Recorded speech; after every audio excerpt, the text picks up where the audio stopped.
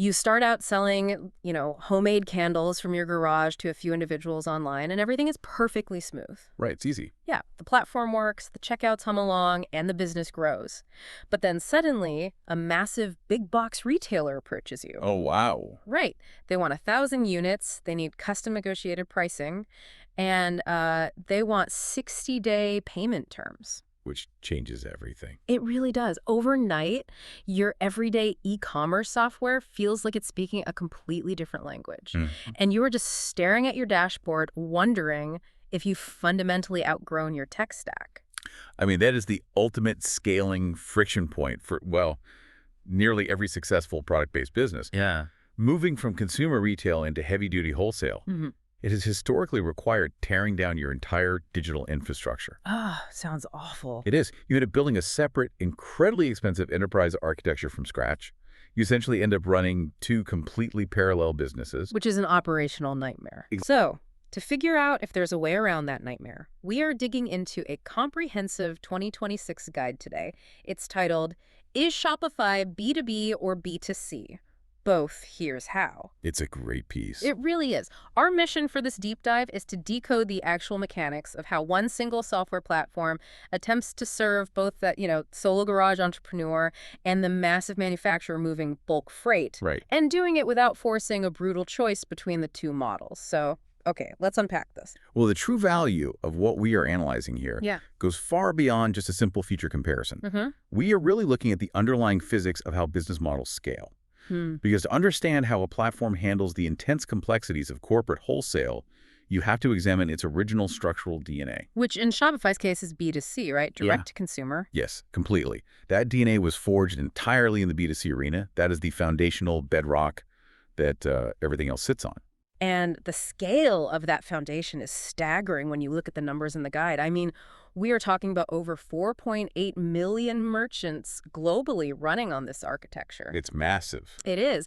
And the accessibility is almost deceptive. You can spin up a global storefront on their basic plan for like $39 a month. That's $468 for an entire year. Which is wild for what you get. Right. And for that price, you aren't just renting server space. You get over 200 themes with drag-and-drop editors, so no coding needed. Yeah, huge time saver. Plus, their native Shopify payments gateway scaling card rates from 2.9% plus 30 cents down to 2.15%, and discounted shipping logistics up to 87% off, and an ecosystem of over 8,000 active apps. So if we connect this to the bigger picture, mastering that out-of-the-box consumer experience was an incredibly strategic long-term play. How so? Well, consumers are notoriously unforgiving. Oh, totally. If a mobile checkout process takes like 3 clicks too many, or if a page takes an extra second to load, they simply abandon the cart. I do that all the time, honestly. Right, everyone does. So by spending a decade obsessing over minimizing friction in the B2C marketing and checkout flow, they inadvertently battle-tested their servers and their user interfaces to an extreme degree. Wow, okay.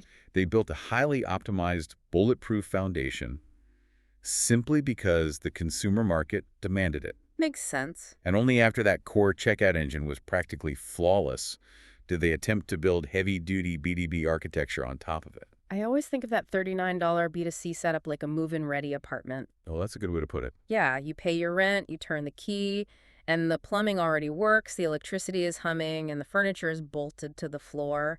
You just need to bring your inventory and, unlock the front door for your customer. Yeah, exactly. You can even hook it directly into Amazon, eBay, TikTok, and physical POS systems without calling a developer. And taking that move-in-ready idea a step further, the limitations of an apartment become incredibly obvious the moment you try to run an industrial forklift through the living room. That would cause some damage. Yeah, a lot of damage.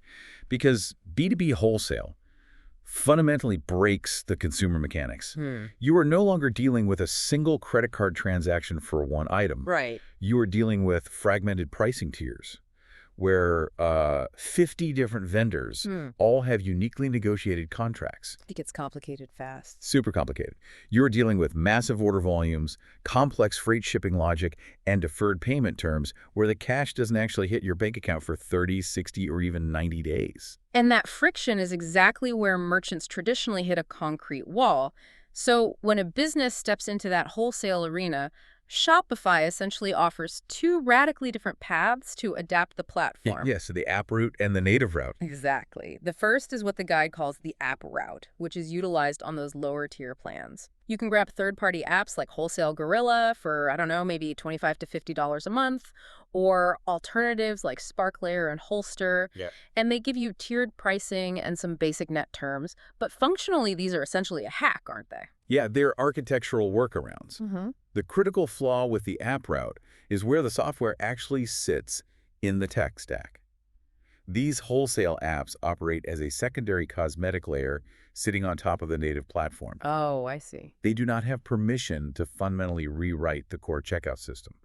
So while your product page might beautifully display a like 40% wholesale discount for a specific logged-in buyer the moment they hit the actual checkout button, that app has to forcefully inject that modified data into Shopify's rigid native checkout environment. And anytime you force two separate software systems to hand data back and forth at the exact moment of a financial transaction, you are begging for latency and sync errors. Precisely. You get weird pricing glitches, inventory miscounts, and ultimately, those wholesale company profiles aren't deeply integrated into your back-end operational analytics. So it's messy? Very. It works for a handful of small accounts, but it absolutely crumbles under volume.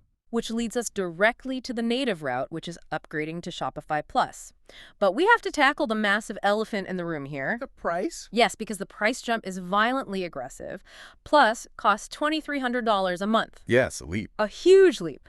A second ago, we were talking about $39 a month and a $25 app.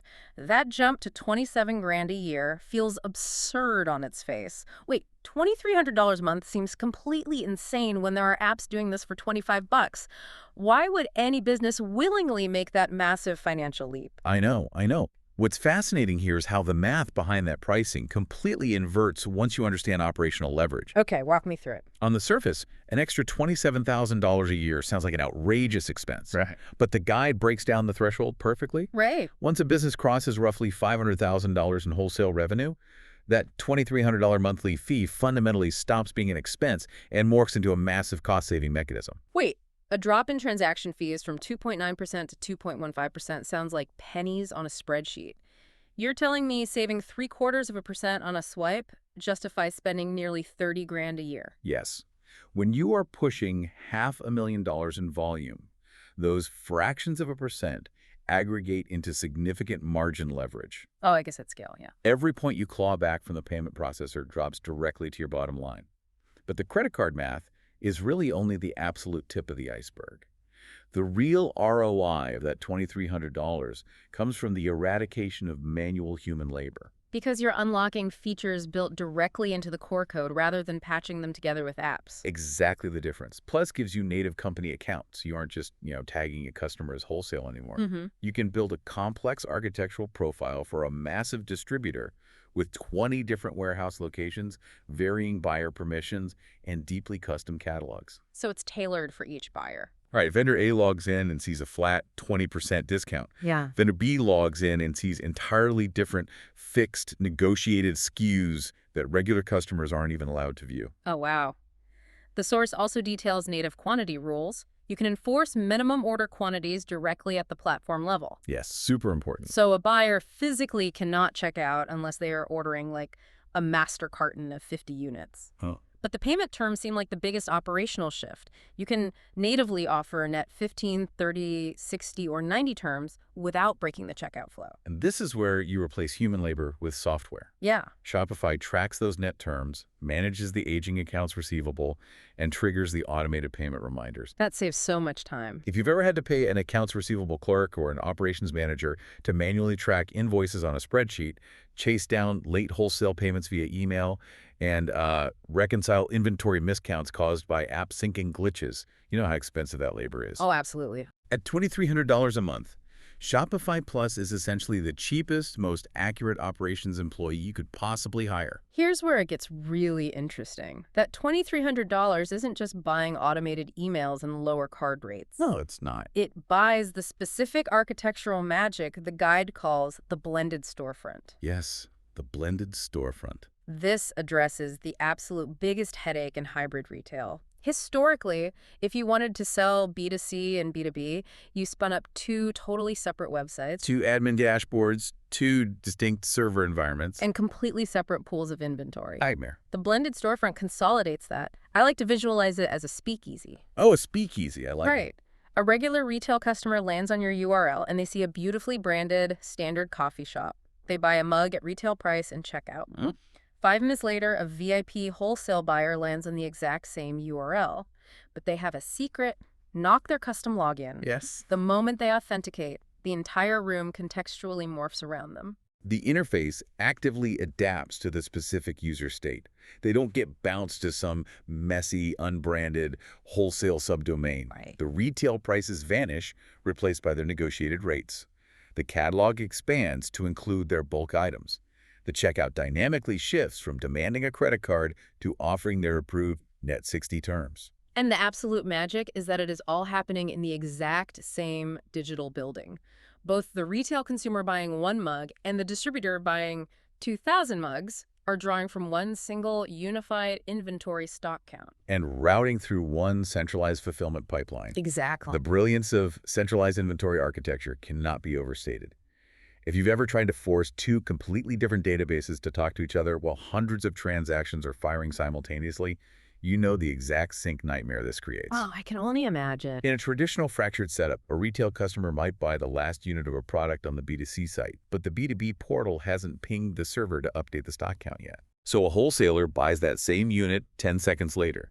You've just created a backorder nightmare. And normally, solving that requires incredibly heavy, expensive enterprise resource planning software to sit above both sites and act as a traffic cop. But a blended storefront eliminates the need for that external traffic cop entirely. The merchant has one admin panel. You can literally fulfill a one-item consumer order, click the next line down, and fulfill a freight pallet wholesale order from the exact same screen. Wow. Pulling from the exact same warehouse data. It sounds like the ultimate silver bullet. But if we're doing a real deep dive, we have to look at the blind spots. Always. Because if they built this platform for everyday retail first, there is simply no way it natively handles every edge case of corporate procurement perfectly. The whole platform does. Right. Before you go migrating your entire corporate tech stack based on this architecture, we need a reality check. The guide highlights several places where Shopify actively falls short, starting with the B2C side. Yeah, well, the consumer checkout is world-class. The retention and analytics tools are surprisingly shallow out of the box. Like what? Well, there is no native loyalty program. If you want to build a points-based reward system, you are immediately forced back into the app ecosystem to find third-party solutions like Smile.io. Oh, okay. Furthermore, if your marketing team needs granular data like deep cohort analysis to track how specific segments of buyers behave over a 12-month lifecycle, you cannot extract that from the basic plan. So you have to pay more. You are forced to upgrade to the $399 advanced plan just to unlock the reporting capabilities that heavy data-driven marketers expect as a baseline. And while the drag-and-drop theme editor is fantastic for getting a site live by Friday, it definitely hits a wall. It does. If your brand requires a truly bespoke, hyper-customized front-end experience with complex animations or, highly specific mobile behaviors, you have to manipulate Shopify's proprietary coding language, Liquid. Yeah, you can't avoid it. You are going to need a specialized developer. You can't just hack it together yourself. But what about the B2B side? What breaks when you try to push true enterprise procurement through a system born in consumer retail? The most glaring omission for heavy enterprise B2B is the complete absence of a native request for, quote, or RFQ system. Okay, break that down. In traditional corporate procurement, buyers do not just drop 3,000 units of a product into a digital shopping cart and hit checkout. Right, it's a whole process. They build a complex cart, submit it to the merchant as a formal request for a, quote, wait for the sales team to negotiate a custom freight or volume discount, and then route that finalized quote through multiple levels of internal corporate approval before a purchase order is ever generated. And Shopify just doesn't have a button for that workflow. It does not. Merchants have to rely on clunky workarounds using draft orders. The sales team has to manually build the cart on the back end and email it to the client for approval. For a Fortune 500 buyer accustomed to frictionless, multi-tier digital procurement, That manual draft order process can feel incredibly archaic and unpolished. That makes total sense, but here is the limitation from the source guide that really made me pause. What's that? We spent all this time talking about offering net payment terms. Extending a buyer 60 days to pay an invoice is a massive cash flow lever. So if I'm offering net 60 terms to a massive buyer on Shopify Plus, you're saying Shopify doesn't check if that company is actually good for the money. This raises an important question, and it clearly delineates where the software's responsibility ends and the merchant's liability begins. Right. Shopify is a transaction facilitator. It is not a financial risk manager. The platform will beautifully handle the user interface. It will flawlessly track the aging invoice, and it will faithfully send the automated dunning emails on day 59. But it offers absolutely zero platform-level credit risk management, no native credit scoring integrations, and no payment guarantees whatsoever. So if I approve a company account, ship $50,000 worth of physical inventory out my warehouse doors on net 60 terms, and that distributor files for bankruptcy on day 45, Shopify isn't stepping in to make me whole. I am just out the inventory and the cash. The merchant holds 100% of the credit risk. Wow. The software assumes you have already done your rigorous off-platform due diligence. You still need an accounting team pulling Dun and Bradstreet reports, running background checks, and securing trade references before you ever toggle that net 60 switch in the dashboard. That's a huge deal. It is. The software removes the friction of the transaction, but it cannot remove the financial risk of the relationship. That is a crucial operational warning for anyone scaling up. So given all these highly specific strengths and blind spots, the source guide weaves a really practical decision framework for businesses trying to map their own tech stack to these tiers. Yeah, it lays it out clearly. If you are running a pure B2C play, retail only, shipping directly to consumers with zero wholesale ambitions, the strategy is obvious. You stay on the basic $39 tier. Exactly. You leverage the massive app ecosystem to fill in any gaps, and you only upgrade your plan when your raw traffic volume forces you to. And if you find yourself in that hybrid middle ground, where you are primarily B2C, but you have a handful of light wholesale accounts, maybe half a dozen local boutiques that carry your product, jumping to the $2,300 plus tier makes zero financial sense. Right, keep that cash. In that specific scenario, the architectural flaws of the app route are actually acceptable. You pay the $50 a month for an app like Wholesale Gorilla, you deal with the occasional sync quirk, and you protect your capital. But the moment that B2B wholesale revenue crosses that $500,000 threshold, the friction of the app starts costing you more in labor and lost margins than the Plus subscription. That is the exact moment you make the leap. You upgrade, secure the blended storefront, lock in the lower payment processing rates, and automate the manual invoicing labor out of your workflow entirely. There is a final frontier to that framework, though. Bro, true enterprise level. Exactly. If your business is entirely B2B first, and you are dealing with incredibly complex corporate procurement, we are talking deep electronic data interchange integrations, where your software needs to talk directly to a massive retailer's internal inventory mainframes, or workflows requiring 5 levels of managerial sign-off before a purchase order clears. You cannot blindly assume Shopify Plus will handle it natively. The guide specifically notes you have to evaluate it against dedicated purpose-built B2B platforms like OroCommerce, right? Correct. Shopify's massive advantage is its flexibility. But deep, specialized corporate procurement sometimes requires software that was built specifically for that singular purpose from day one. You have to audit your exact procurement workflows against Shopify's native capabilities before you commit. Okay, let's unpack this and bring it all home. Yeah. So what does this all mean? When we look at this 2026 landscape, the biggest takeaway isn't actually about the specific percentage of a credit card fee or the exact mechanics of a speakeasy storefront. No, it's bigger than that. The true superpower of this platform is that you never actually have to make a definitive choice between being a B2C brand or a B2B wholesaler. The architecture simply evolves with your operational reality. Which is incredible. You can start out packing boxes in a garage on a $39 monthly subscription and scale into a multi-million-dollar blended enterprise infrastructure without ever once being forced to migrate your historical data, rebuild your front-end website, or compromise your core daily operations. It is an operational continuity that simply did not exist a decade ago. True. And as you process the mechanics of how this works, think about your own business environment, or even just the businesses you interact with and buy from every single day. Yeah, pay attention to it. The next time you navigate a brand's website, Try to look past the marketing layer and notice the digital architecture holding it up.